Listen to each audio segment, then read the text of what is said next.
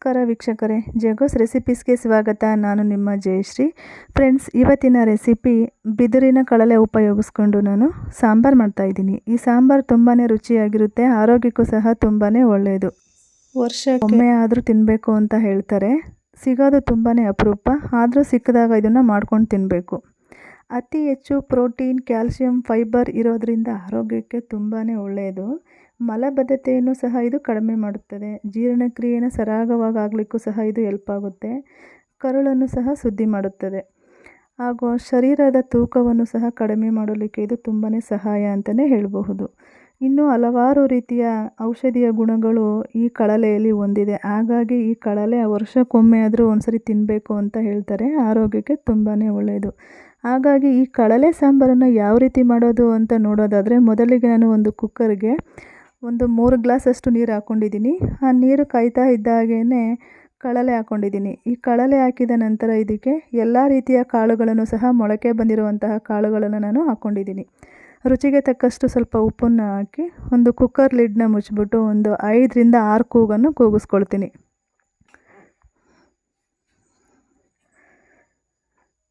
ಇದು ಚೆನ್ನಾಗಿ ಬೇಯಬೇಕು. ಇದು ಸುಮಾರು ಇದನ್ನು 5 ರಿಂದ 6 ಕೂಗು ಕೂಗಿಸ್ಕೊಂಡಾಗಿದೆ.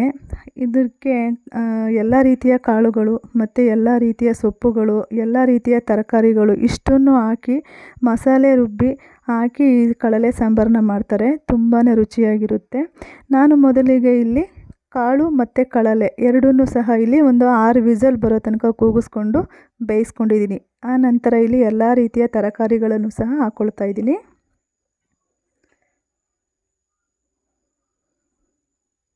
ಹಾಗೆ ಎಲ್ಲ ರೀತಿಯ ಸೊಪ್ಪುಗಳನ್ನು ಸಹ ಇಲ್ಲಿ ಹಾಕ್ಕೊಳ್ತಾ ಇದ್ದೀನಿ.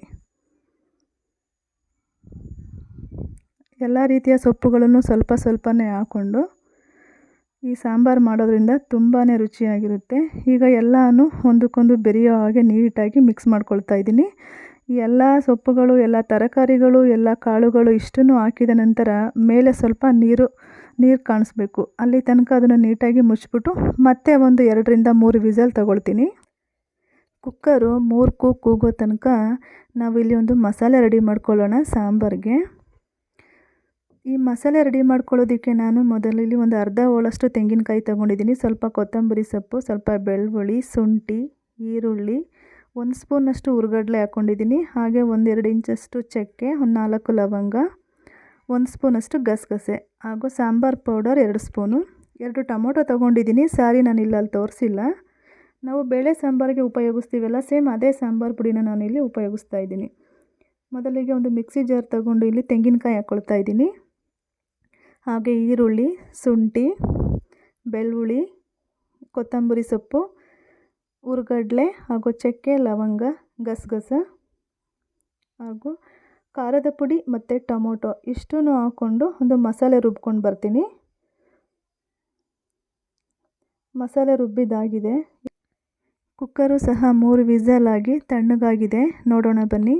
ನೋಡಿ ಎಷ್ಟು ಚೆನ್ನಾಗಿ ಬೆಂದಿದೆ.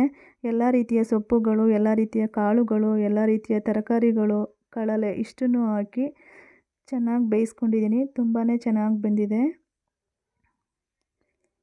ಇವಾಗ ಇದನ್ನು ಚೆನ್ನಾಗಿ ಎಲ್ಲನೂ ನೀಟಾಗಿ ಒಂದಕ್ಕೊಂದು ಮಿಕ್ಸ್ ಮಾಡಿಕೊಂಡು ಆನಂತರ ನಾವು ರುಬ್ಬಿರುವಂತಹ ಮಸಾಲೆನ ಇಲ್ಲಿಗೆ ಮಿಕ್ಸ್ ಮಾಡ್ಕೋಬೇಕಾಗುತ್ತೆ. ಸ್ವಲ್ಪನೇ ನೀರು ಹಾಕ್ಕೊಂಡು ಮಿಕ್ಸ್ ಮಾಡ್ಕೊಳ್ತೀನಿ. ಮತ್ತು ಈ ಕುಕ್ಕರ್ ತುಂಬಾ ತುಂಬ್ಕೊಬಿಡುತ್ತೆ. ಹಾಗಾಗಿ ನಾನು ಇದನ್ನು ಬೇರೆ ಪಾತ್ರೆಗೆ ಒಗ್ಗರಣೆ ಕೊಟ್ಕೊಂಡು ಅಲ್ಲಿಗೆ ಮಿಕ್ಸ್ ಮಾಡ್ಕೊಳ್ತೀನಿ. ಮೊದಲಿಗೆ ಇಲ್ಲಿ ನಾನು ಅಗಲವಾದ ಪಾತ್ರೆ ಇಟ್ಕೊಂಡು ಅಲ್ಲಿಗೆ ಸ್ವಲ್ಪ ಎಣ್ಣೆ ಹಾಕ್ಕೊಂಡಿದ್ದೀನಿ. ಎಣ್ಣೆ ಕಾಯ್ತಾ ಇದ್ದಾಗೇ ಕರಿಬೇವು ಹಾಗೂ ಈರುಳ್ಳಿ ಎರಡನ್ನೂ ಹಾಕ್ಕೊಂಡು ಒಗ್ಗರಣೆ ಕೊಡ್ತಾಯಿದ್ದೀನಿ. ಚೆನ್ನಾಗಿ ಎಣ್ಣೆಯಲ್ಲಿ ಫ್ರೈ ಮಾಡಿಕೊಂಡು ಆನಂತರ ಕಳಲೆ ಸೊಪ್ಪು ಎಲ್ಲನೂ ಬೇಯಿಸ್ಕೊಂಡಿದ್ದೀನಲ್ಲ, ಈ ಕಳಲೆ ಸಾಂಬಾರನ್ನ ಅಲ್ಲಿಗೆ ಹಾಕ್ಕೊಳ್ತಾ ಇದ್ದೀನಿ. ಚೆನ್ನಾಗಿ ಒಗ್ಗರಣೆ ಜೊತೆ ಮಿಕ್ಸ್ ಮಾಡಿಕೊಂಡು ಈ ಸಾಂಬಾರನ್ನ 10 ನಿಮಿಷಗಳ ತನಕ ಚೆನ್ನಾಗಿ ಕುದಿಸ್ಕೋಬೇಕಾಗುತ್ತೆ. ಚೆನ್ನಾಗಿ ಕುದಿಸಿದ ನಂತರ ಕಳಲೆ ಸಾಂಬಾರು ರೆಡಿನೇ ಆಗೋಗುತ್ತೆ. ತುಂಬಾ ರುಚಿಯಾಗಿ ಬಂದಿತ್ತು ಈ ಕಳಲೆ ಸಾಂಬಾರು. ಆರೋಗ್ಯಕ್ಕೂ ಸಹ ತುಂಬಾ ಒಳ್ಳೆಯದು.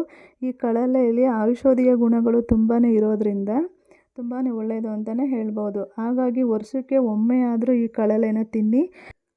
ಈ ಕಳಲೆ ಸಿಗೋದು ತುಂಬಾ ಅಪರೂಪ.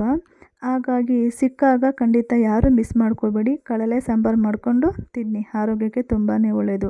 ಈ ಕಳಲೆ ಸಾಂಬಾರು ಯಾರಿಗೆಲ್ಲ ಇಷ್ಟ ಆಯಿತು ಪ್ಲೀಸ್ ಒಂದು ಲೈಕ್ ಮಾಡಿ, ಶೇರ್ ಮಾಡಿ, ಕಮೆಂಟ್ ಮಾಡಿ. ಜಗ್ಗೋಸ್ ರೆಸಿಪೀಸ್ ಚಾನಲನ್ನು ಸಬ್ಸ್ಕ್ರೈಬ್ ಮಾಡ್ಕೊಳ್ಳಿ. ಹಾಗೂ ಕಳಲೆನ ಯಾರ್ಯಾರು ಮಾಡ್ಕೊ ತಿಂದಿದ್ದೀರಾ ಪ್ಲೀಸ್ ಅವರೆಲ್ಲ ಕಮೆಂಟ್ ಮಾಡಿ ಹೇಳಿ. ಈ ವಿಡಿಯೋ ನೋಡಿದ ಎಲ್ಲ ವೀಕ್ಷಕರಿಗೂ ಧನ್ಯವಾದಗಳು. ಮತ್ತೆ ಮುಂದಿನ ವಿಡಿಯೋದಲ್ಲಿ ಸಿಗೋಣ.